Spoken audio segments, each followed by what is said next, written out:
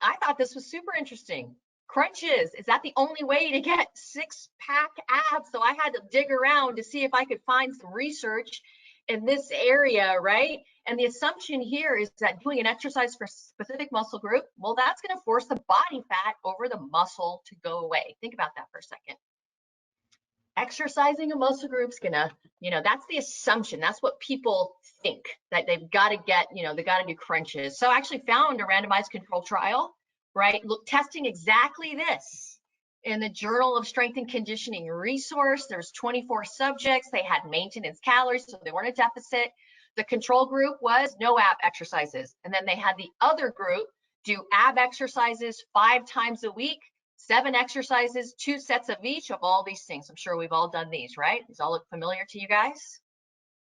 Okay, so for 5 times a week, for 6 weeks, what do you think happened?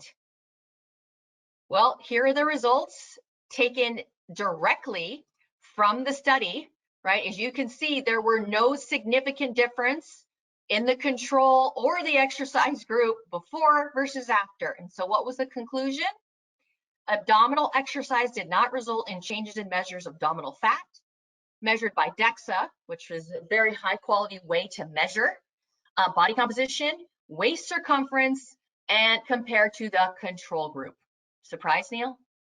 No. So the message here is this, and of course, if you haven't, most of you know, I came from the bodybuilding world, and if you ever see my bodybuilding pictures, and yes, if you haven't, go Google it now and go look at those. You'll see I had incredible abs. I mean, I always won best abdominals in different competitions and so forth, even at the highest levels. And of course, obviously, you train your abdominals like any muscle. And that way it grows, gets a little size. So when you lose the body fat, you can see them, right?